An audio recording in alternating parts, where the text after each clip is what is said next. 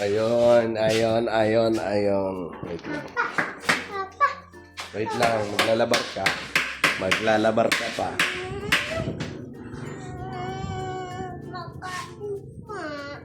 Labar nga muna. Mamaya na ito, ano pa to? Oh, di pa luto. Ayan o, si Madam Auling. So yun magandang gabi po sa ating lahat. At yun, happy New Year sa ating lahat. Lobat man ko na. At andun yung charger sa kwarto. At yun salamat sa Panginoon Diyos at nakaraos tayo sa ng nagdaang December 31 at January 1, no? Kahapon. So, yun. So, ngayon, happy New Year po.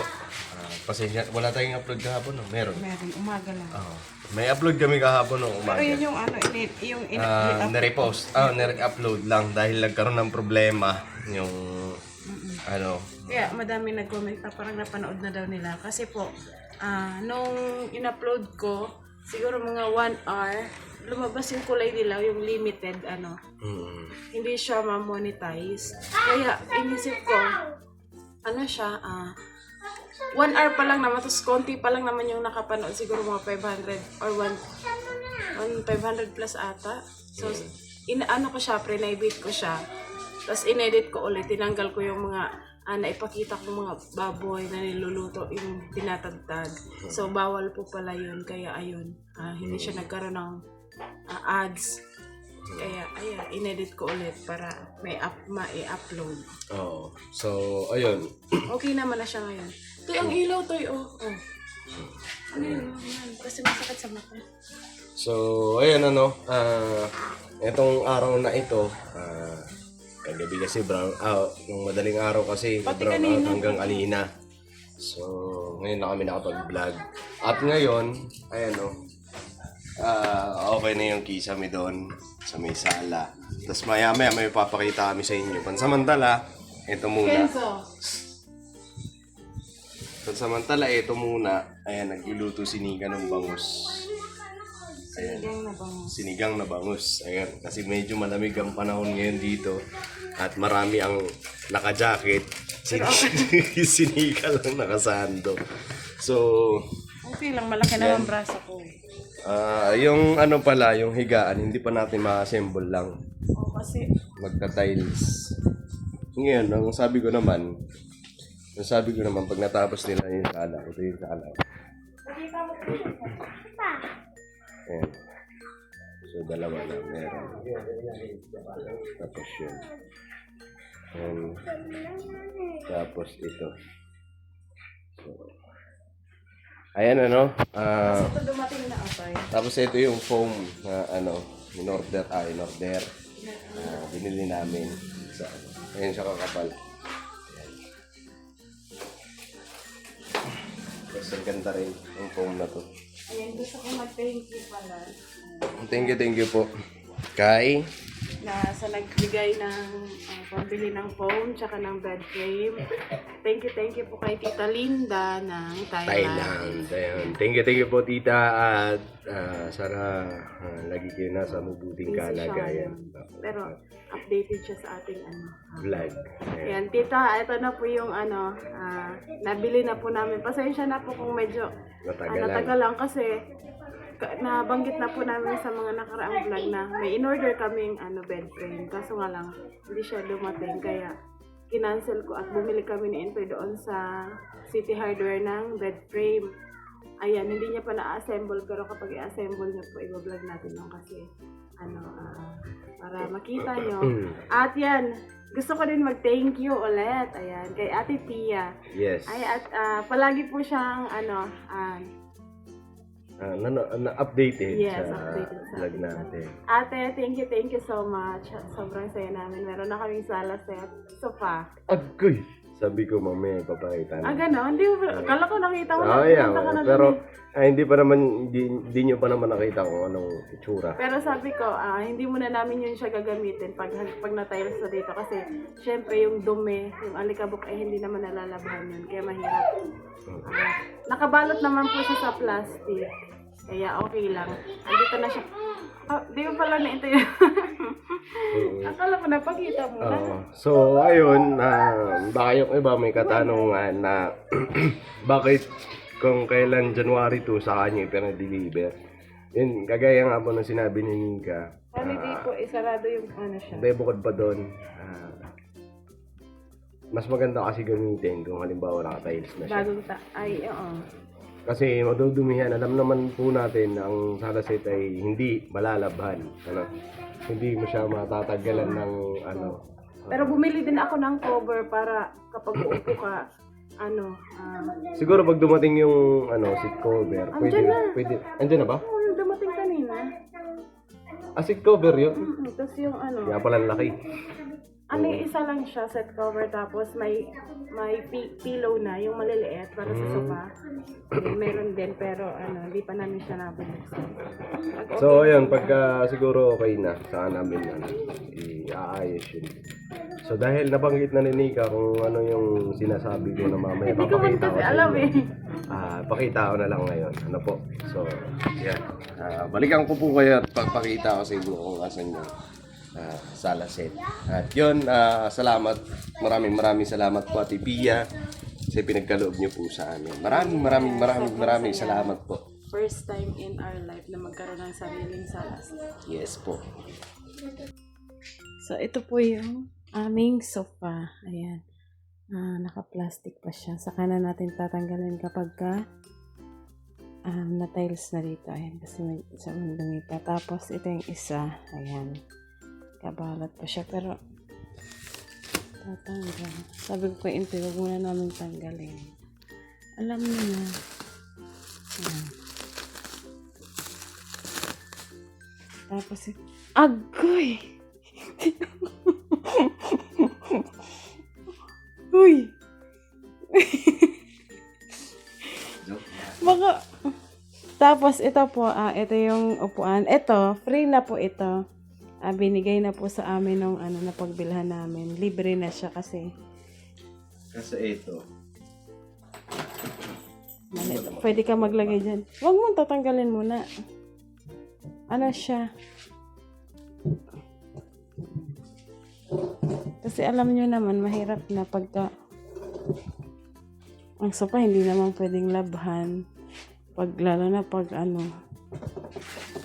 So, ayan po. Yan, syempre, sobrang thank you kay Ate Pia. Thank you so much sa pagpapaabot ng pambili ng sopa. Ayun, dito sa TV. Basta, papakita nga sa inyo. Excited na kami. Excited kayo makita pagka may tiles na. Tapos, okay na yung ceiling. Ayan, ito na po. Ayan na po yung nagawa nung nakaraan. Ayan. Tapos yun na din to dito. Ayan. Dalawa na siya. Ayan. Okay. Sarap. Bossing. Ito, di ko alam. Ano ba ito, Toy? Yan. Okay. Tapos ito pong, ito, yan. Ito, sabay din yan ng sofa. Yan, yung kama na yan. Gusto din namin po ni Intoy na mag-thank you. Ito. Thank you so much po, Tita Linda ng Thailand. Siya po ang nagpaabot na pambili nito. Tapos ng ating bed frame. Siya po ang nagbigay sa amin para pag hihiga ay hindi na sa lapag. Meron tayong bed frame, pero sabi ko Intoy, i-assemble natin kapag kasi mahirap buhat-buhatin yan. hindi siya magkakasya sa pinto. So, doon na ito i-assemble sa loob. Natay. Doon yun i-assemble. Kailangan nakafix na yan. So, ang nabili po naming bed frame ay 2 para tag-isa sa kwarto at saka isang foam. Kasi meron naman na po kaming isa. Sa isa na lang. Para dito. Pero ngayon po, hindi po namin maipapakita sa inyo kasi nasa isang po siya, isang lalagyan tapos nakahiwa-hiwalay. Pero kapag ibablog naman po namin para makita nyo. At kaya naman daw ni Intoy na i-assemble yun. Kaya naman, ano man yan. May manual siya. Tapos yung mga tornilyo, may nakaabang na tornilyo. Madami na nandun na lahat. So, ano niya na lang. At ayan. Spatsa na. Tinignan siya ngayon. So, anoin lang ng mura. So, tinignan po yung baboy namin ngayon. Kasi, buyer. Pagkisan na lang namin muna kahit mga Lahat. isang linggo. Lumaki-laki pa yung katawan niya. Kasi ayan po. Hindi na lang tuloy. Tapos, diba? Ayan po sila. Sila lang dalawa magkasama. Gig. Tinignan ng bibili, pumunta doon sa bahay. So, kung ibibenta na daw namin. Sabi ko naman, tingnan natin. Pero mura. Masyadong mura. So, parang baka hindi pa natin makuha yung Tulan. Tapos, syempre, kailangan mong anuhin dyan. Pagbili ng pagkain. So, saka siguro, palaki-lakihin muna na, mas paano pa namin intay kahit mga kalahati ng buwan. Ito mga kalahati ng Ayun. May parcel ka ta. Kasi iba po, itong lahi kasi ng baboy ay iba. So, ayun po, dito muna ako kila mama. Kasi ang lakas ng ulan kanina. Si Intay nauna na dun sa bahay. At ako dito lang naman, nagpatila ako ng ulan. Tapos ito kasi kay Kenzo. So, aanahin ko siya kukunin. Itong mga damit. At dito namin sinampay kasi doon sa bahay ay wala pa kaming nagagawang sampayan. Yun nga po pala, tinignan kanina yung baboy. Hindi ko lang naipagpatuloy doon kasi umulan ng malakas at babasa kami. So, pumunta yung buyer kanina ng baboy doon sa bahay kasi kung gusto na daw namin ibenta, pwede daw nilang tingnan. Kapag umabot ng 60 kilos, 160 ang kilo. Tapos kapag umabot ng 70 pataas, 170 ang kilo. So sabi ng iba, nagtanong-tanong kami dito ni Intoy at tiningnan naman nila kanina.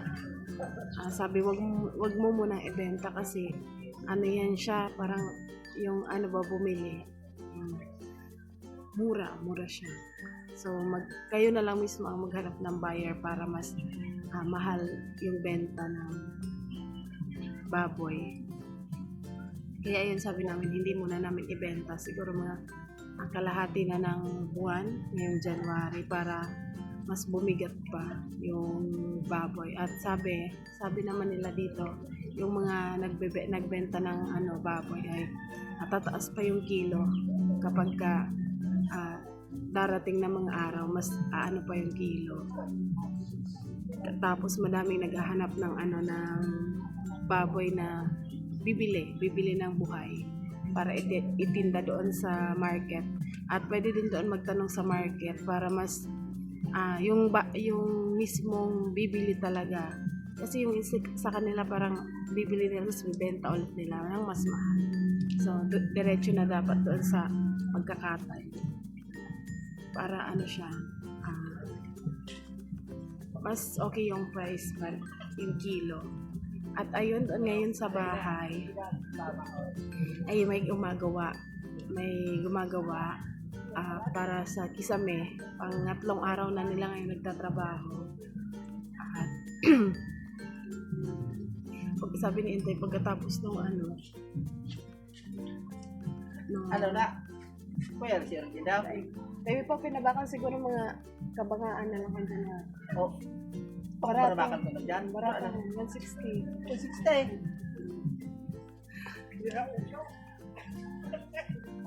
Nagtatanong.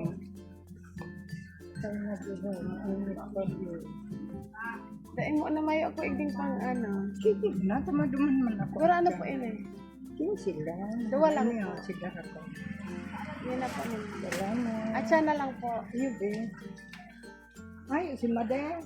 Mayo po.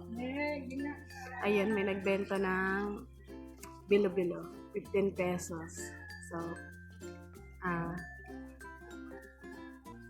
bigay natin doon pang merienda. So, ayun po. Ayan, tinanong na lang nila. Sabi ko, ano na lang muna. Palakihin pa. Para hindi malugi. Kasi sa totoo lang na, siguro alam naman po yun ang mga nag-aalaga ng baboy na yung puhunan, tapos yung pagkain. Sa akin naman, sabi ko kay Intay kung at least maibalik lang yung puhunan, tapos yung yung kahit konti na sa binili natin pagkain nila. Kaya ayun. At ako sabi, ayun pala, patuloy ko lang yung kwento, sabi ni Intay na pagkatapos ng Kisame doon sa kwarto, 2 kwarto, ipapatiles na muna namin. Kasi sa totoo lang kasi sobrang maalikabok doon. Kasi hindi ko talaga siya malinis ng maayos. Yung bahay, lalo na ngayon may sofa na kami. Ayan, thank you po ulit kay Ate Pia. Thank you so much. So, madudumihan kapag ginamit na namin yun, wala pang kaya gusto namin na na siya, ma-tiles na pa. And thank you po ulit. Gusto ko lang ulit mag-thank you doon sa nagpalitsyon para ipamigay dito sa ating mga kababayan, sa ating anonymous sponsor. Thank you po ulit. At kay Tita Linda ng Thailand, thank you so much. At kay Ate Pia, thank you talaga. Iingatan po namin yung mga binigay nyo para sa amin. Alam naman po namin na hindi basta-basta kumita ng pera. Ayan, lalo na dyan sa ibang bansa. Kaya, thank you so much. Mamaya pupunta daw kami ni Intay ng bayan para bumili ng Hardiflex para gamitin doon sa Kisame. And bagong taon. Happy New Year ulit sa ating lahat. At may school na kami sa Friday, ngayong darating na Friday. So matagal-tagal din. Ayun. Sila ate din po pala, uuwi na for baka 7, ngayong darating na 7 kasi grabe pa, as in fully booked pa yung mga dito sa amin sa terminal. Hindi ka pa makapagpapareserve ng ticket, kaya sa mga galing Maynila na nandito sa probinsya na balak bumalik, siguro nyo po muna, i-enjoy nyo muna dito sa probinsya kasi ang hirap makasakay ngayon sa bus. Kagaya niya nila ate, pumunta siya kahapon sa sa terminal para magpa-reserve ng ticket. Hindi pa sila nakapareserve kasi fully booked talaga. Tapos alam niyo po yung bus na nagmamadali na makarating tapos makabalik ulit kasi ang daming pasahero nag-aantay. Yung iba madami kaming nakita na nagdidisgrasya, ganyan, kasi nga po sa sobrang pagmamadali ng mga driver. Yung iba naman nasisiraan. Kaya sabi ko nga kila ate, anuhin muna na kasi may pasok na doon sa Friday, January 3, may pasok na lang. Sabi ko baka pwede naman na pagpaliban mo na kahit 2 araw lang kasi pa lang naman, elementary pa lang naman yung mga anak niya. At least hindi sila mahirapan, punong-puno ang bus. Punong-puno, tapos hirap pa silang kumuha ng ticket. Kaya sabi ko, pagpaliban muna kahit mga ilang araw yung pag-uwi. Kasi ang hirap po talaga. Kaya sa lahat ng nagbakasyon ngayon sa probinsya, enjoy nyo muna yung probinsya. Yun lang. Ano yan, Kat? Ha? Saan halat? Ano, itong bakal ng tita ba?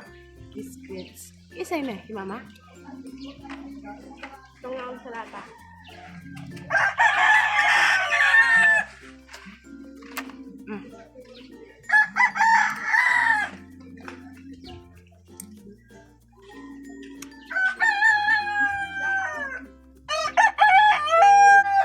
So, ayun po. Siguro, yun po muna ang update natin sa ngayon. At doon sa bahay ay kapag okay na, sobrang na-excite na kami ni Intoy at alam namin na ganun din kayo. Kaya, thank you kasi mas napapasaya namin kayo sa mga simpleng vlog lang na ginagawa ba namin dito. Yun, sobrang saya kasi andyan kayo palaging nakasupport sa amin. Kahit hindi man tayo magkakakilala ng personal, nararamdaman namin yung pagmamahal, supportan niyo sa amin. Kaya sobrang thank you po sa inyo lahat. And tayo ng darandan.